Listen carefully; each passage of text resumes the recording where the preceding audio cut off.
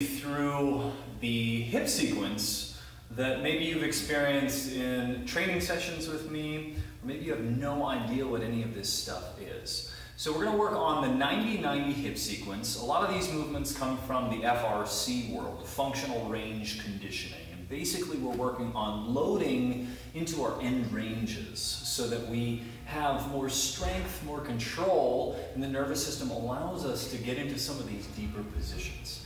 Now, why would we go through internal and external rotation through the hip? Well, that ball and socket joint is designed to have a large range of motion. But if we're sitting a lot through our day, if we're driving or at a desk, and those hips don't get to express their fullest ranges of motion, our bodies become stiff in those areas. And so then we end up compensating through movements through our knees, or for most of us, that low back. So we may be experiencing some chronic low back pain. That's one of the most common complaints that I get when clients come see me. So this is a movement that I do with myself very often and with clients several times throughout their training program. So something that you can do multiple times through your week. It would be hard to do this too much, right? Because we can grade it up and grade it down. So first things we're going to do is drop the hands behind you. Take your feet wider than hip distance here, and we're just going to start by internally and externally rotating. Just this windshield wiping action, just to see. Now, you might find that you can't quite get all the way down, and that's totally fine. We're just checking in to see what kind of range that we have passively. It's kind of like a pre-test. We're going to see our before and after. So let's just drop that down to one side here. I'm going to mirror you guys for the sake of this video. So you can see that we're in this 90-90 position. I've got a nice 90 degree in my front knee, my lead leg, and a 90 degree in my trail leg. And you can just double check parallel and parallel, okay? So what you might encounter right out of the gate is that it's just hard to sit up in this position. If we're extra tight in our internal rotation here, that thigh rotating inward, it can be limiting to allow us to sit vertically. That's going to be what we're shooting for over time, and that can be days, weeks, months, years. So we're going to try to sit up as tall as possible, straight spine. You can use your hands back here to give you that position, and both knees are going to drive into the floor. The first position that we're going to get into is sitting up nice and tall, either hands or no hands, a little more challenging. And we're going to start to open around towards that trail leg. So I'm sitting up tall, I'm trying to press knees into the floor and rotate backwards. Now I'm experiencing a lot right here. Because we're driving into internal rotation, we're going to start to feel some work through this outer hip. A glute med, glute minimus are our big internal hip rotators here. So although we're rotating in, you might even feel a stretch. This is the stuff that's working. All right, so we're pressing down, we're squeezing through the belly, we're feeling those obliques draw us into this rotation. Now I'm pressing down, I'm squeezing tension in through the thigh, belly is engaged, and I'm getting to the end range of my rotation and trying to squeeze a little bit more tension into that. I'm going to hold anywhere from 10 to 20 seconds and release from there. And I'll do that maybe 2 to 3 different times. All right, so I'm going to get nice and tall. For some it might be hands on the floor and we're rotating around, but eventually working to more and more upright positions. Holding here, and I'm releasing down. Okay, we're going to stay in this shape. The next movement that we're going to focus on has to do with the lead leg. So now we're looking at external rotation through this left leg. I'm not mirroring anymore. So we're going to square up, chest right over the thigh, and I'm pushing down. Now, Sometimes it's a little hard to understand what action is going on, so you can imagine like a towel or a strap being pinned under your knee. If somebody were trying to yank that away from you, you're pinning that leg into the floor to stop that from happening. So we're flexing both ankles, we're sitting up tall, we're trying to start the stretch by tilting the pelvis forward. So I'm kind of rocking into this anterior tilt. And then the hands come down, keeping the spine long. I'm going to drop into this stretch here. If you're familiar with yoga, this is very similar to a pigeon pose, this same sort of outer hip stretch here. So keeping the spine long, avoiding just getting deeper into it by hunching over, because I'm not really getting into the hip at all. We're going to aim the sternum. It's like you're trying to aim out in front of you to get that lift out of the spine. All right, so we keep the ankles flexed, and we're experiencing this stretch. Now you're going to hold this passive stretch anywhere from 1 minute to 2 minutes, just to feel the true end range of your hip here. But the real good stuff, the real tension that we're after comes now. We can imagine this like a dimmer switch, not a light switch on and off, but we're going to start to ramp tension up. And by that I mean you're pressing that knee down into the floor. Okay? We'll start with a light amount of tension so that you feel a little bit of engagement through the hip. Now as we dial up that tension, you may find that the support of your hands becomes less and less, may eventually come to no support at all. So just the muscles that are around the hip are supporting me in this hip hinge.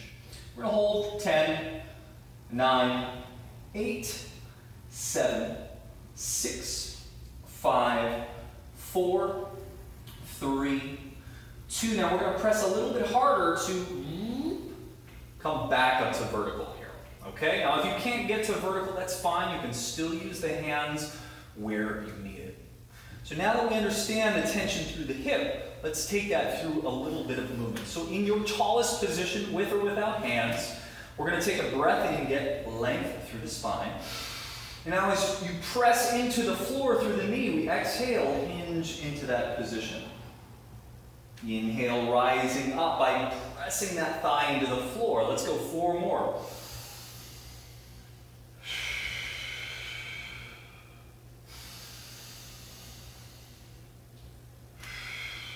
Right? Try to get a little bit lower each time, but not by rounding the spine. We want that spine to stay long. What we're trying to do is maximize the range out of the hip joint.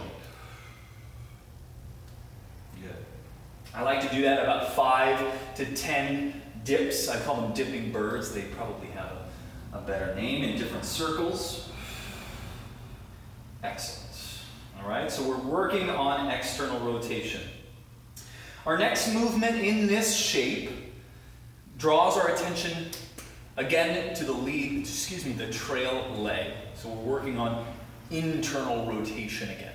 So we're going to take the hands and just frame the thigh, so one hand on either side.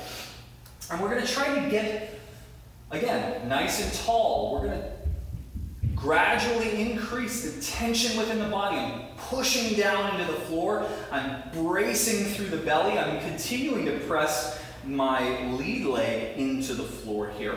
I'm going to take a breath in, get tall.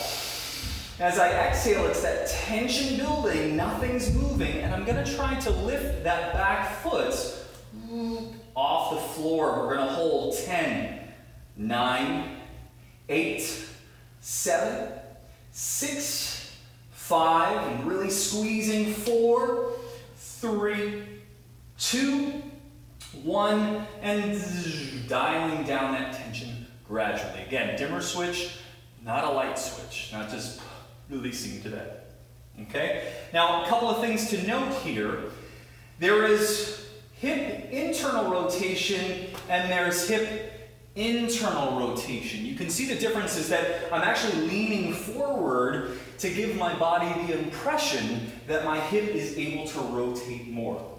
Now the objective is to try to lift the foot, but if it doesn't lift as you're first doing this, that's fine, as long as we feel all this stuff really working maximally. If that foot were on a scale and it read lighter as you were doing your hold, that's still successful. So we want to stay in the highest quality shape that we can, i.e. not leaning forward here. Let's go 2 more rounds here. Inhale, nice and tall. Exhale, press down, load up. That back foot lifts up and hovers. 10, 9, more advanced, we go no hands. 7, 6, I'm holding tension through my body. 4, 3, 2, and 1, dialing that tension back. I'm going to go through one more time. Typically, I'll take my clients or myself through about 3 10-second holds. And just like weight training, you can make these harder by accessing higher levels of tension, or perhaps you add weight to your ankle to be pulled into that rotation. So different ways that you can add intensity here. So one more time, we inhale nice and tall. Exhale, I'm dialing up my tension, lifting that back foot up. 10, 9, 8, 7, 6, 5, 4, 3, 2, and dial it all back down. Okay, I know some of you may at this point be wanting to get out of this position, but we're almost done. We have one more movement in this shape, and we draw our attention back to our lead leg. So we're going to work this time on external rotation through the hip, but we're going to work the muscles on the other side of the joint, right? So the idea here is to, again, we build up all of our tension, and we're going to try to lift this shin off the ground. Ideally, this is the action that we're going for, but I don't know about you, I cannot do that yet. So, to the best of our ability, by holding tension, we're going to try to lift that shin as parallel off the floor as possible. Okay, and here, our bodies like to compensate by leaning back to give us the impression that we're able to lift that leg. But if we look at this joint here, it's not actually closing, we're just leaning back. What we're looking to do is actually to close these ankles down and really master that control and strength of those end range positions. So let's do 3 rounds, holding for 10 seconds here. We're going to plant in, take a breath in, get tall. As you exhale, push down, brace up, dial that tension up, and we're going to hold here. 10, 9, 8, 7, 6, 5, 4, 3, 2, and we dial that tension down. Again, just not collapsing there. We're building also motor control by teaching the body how to gradiate tension up and gradiate tension down. So in addition to all of this loaded mobility work to give us higher ranges of motion through our joints, we're training our nervous system to more finely control how much tension we can produce at any given time. Okay? 2 more rounds here. Breathe in. Exhale, push down, feel full body tension. We're driving and squeezing. Lift and hold. 10, 9, 8. To make this harder, we start to hinge forward.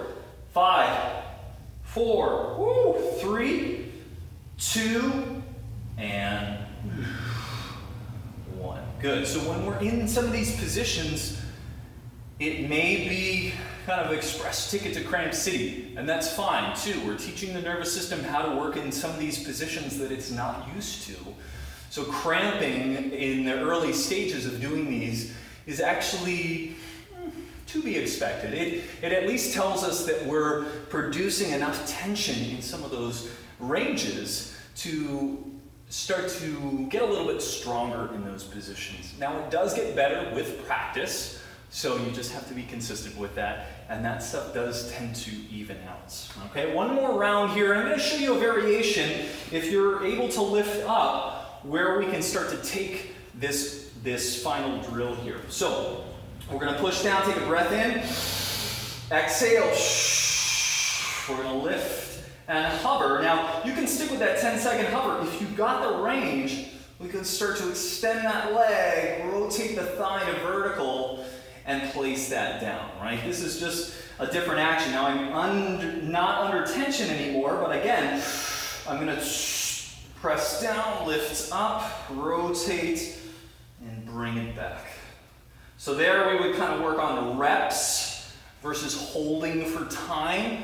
Really a good idea if you have a yoga block or any object that you have to lift up and over. I don't have them here, but you can imagine, let's say like a little rubber ducky, I'm gonna lift up and over without hitting that target. Now, taking note not to lean back as you do that, because again, we're working on closing this hip angle here, okay? So let's say you've done your 10-second hold, or maybe you've repped 5 to 8 of these really controlled leg liftovers, okay? So finally, we're almost done in this shape.